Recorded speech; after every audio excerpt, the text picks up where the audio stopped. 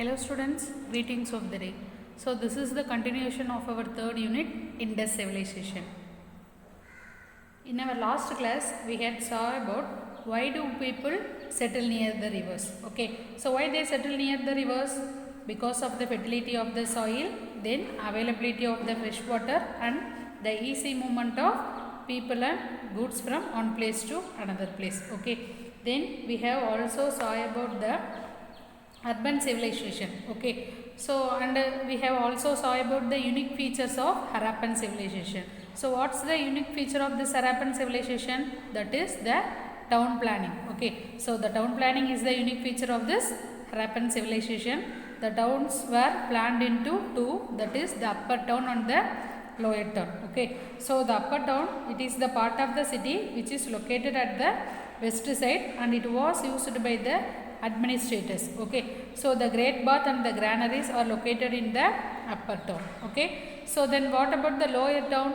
The lower town, it is the part of the city that is located to the east. Okay, so this lower town, it was inhabited by the common people. Then we have saw about the streets and houses, the drainage system, great bath, the great granary, then assembly hall, trade and transport. Okay, so in this class we are going to see about the technology, then about their ornaments, occupation, pottery, etc. Okay, so first one, let us see about the leader in Mohenjo-daro. Okay, so a sculpture of a seated male has been unearthed in a building with a headband on the forehead and a smaller ornament on the right upper arm. Okay, so a sculpture of a seated male has been unearthed in a building with a headband on the forehead and a smaller ornament on the right upper arm. You can see that in the picture. Okay, so his hair is carefully combed and beard finely and trimmed. So two holes beneath the ears suggest that the head ornament might have been attached till the ear. Okay, so the left shoulder is covered with a shawl-like garment and it is decorated with the designs of flowers and rings. Okay, so you can see here in the picture. So look here. So this is the flower-like rings. Okay, so this shawl pattern is used by people even today in those areas. Okay, so how the leader of this Mohenjo-daro, his hair is carefully combed and beard is finely trimmed. So two holes beneath the ears suggest that the head ornament might have been attached till the ear. The left shoulder is covered with a shawl-like ornament. So look at this. So this is the left shoulder. Okay, so the left shoulder is covered with a shawl-like garment decorated with the designs of flowers and rings. Okay, so this shawl pattern is used by the people even today in those areas. Okay, so next one about the technology. The Indus people had developed a system of standardized weights and measures. Okay, so they used a system of standardized weights and measures. So the ivory scale found in Lothal in Gujarat is about 1704 millimeter. Okay, so the smallest division ever recorded on a scale of other contemporary civilizations. Okay, so do you know the from which the word civilization derives from? The word civilization comes from the ancient Latin word civis. Okay, so which means city. Okay, so the next one is the love and peace of the Indus people. Okay, so settlements were built on giant platform and elevated grounds. Okay, the settlements of the people were built on a giant platforms under the elevated grounds. So the Indus civilization seems to have been a peaceful one. Okay, so few weapons were found and there is no evidence of an army. So there is no evidence of an army in the Indus civilization. Only few weapons were found out. Okay, they displayed their status with garments and precious jewelries. That is very costly jewelries. They had an advanced civic sense. Then ornaments. So ornaments were popular among men and women. So both the men and women of the Indus people, they wear the ornaments. Okay. So they adorned themselves with necklaces, armlets, bangles, finger rings, ear studs and anklets. Okay. So these are the ornaments of the Indus people. The ornaments were made of gold, silver, ivory, shell, copper, then terracotta. Terracotta is a red sand material. Okay.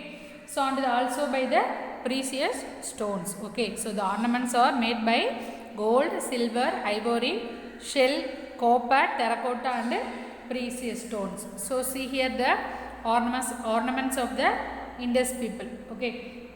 So iron was unknown to the people of Indus. So Indus people, they don't know about the iron. Okay. So the Indus people, they used red quartz stone called as carnelian to design the jewelry. They used the red stone, that is carnelian, to design their jewelry. Okay. So the copper was the first metal which was used by the humans. Next, let us see about the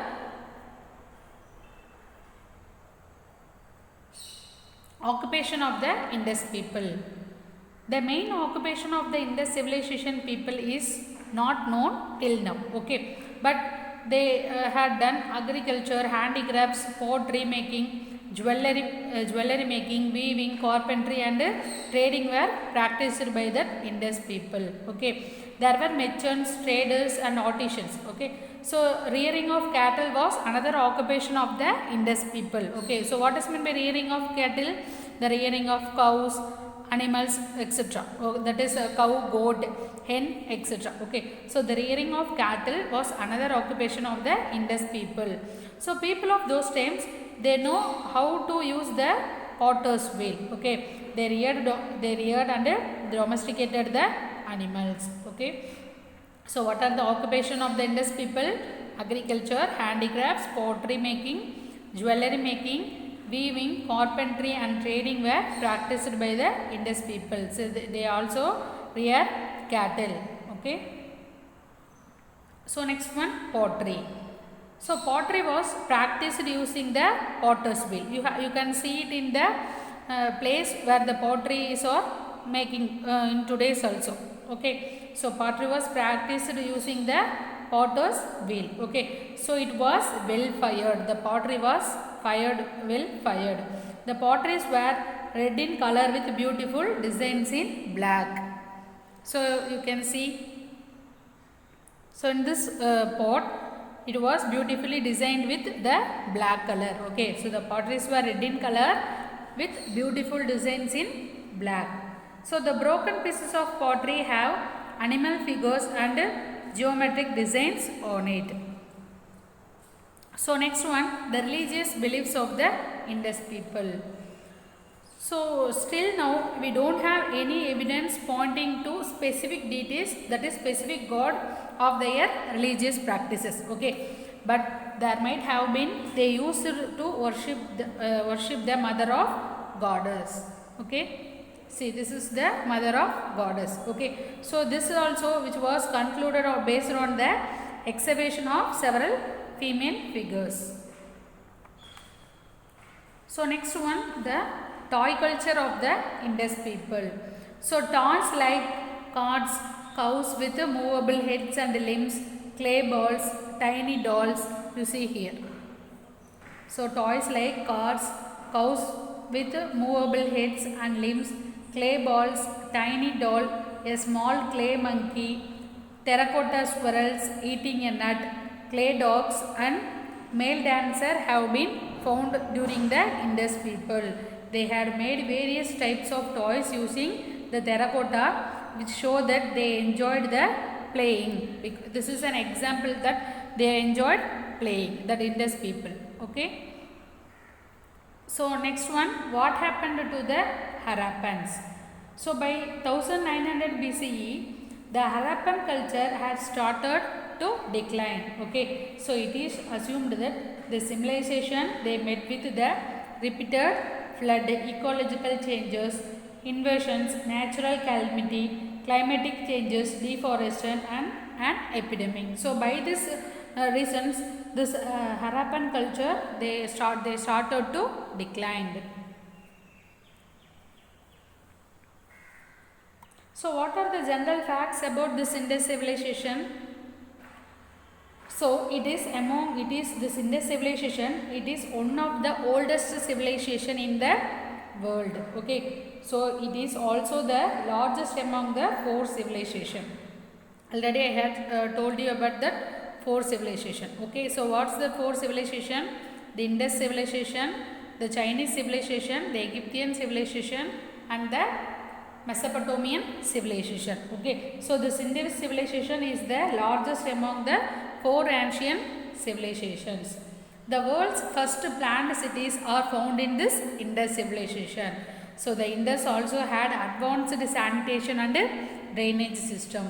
So there was a high sense of awareness on public health. Okay, so what are the general facts about this Indus civilization? It is one of the oldest civilization in the world, and it is the largest among the 4 civilizations. It is the world's first planned cities are found in this Indus civilization. The Indus also had advanced sanitation and drainage system, and there was a high sense of awareness on public health. Okay, students, by this lesson is over. So let us summary this lesson.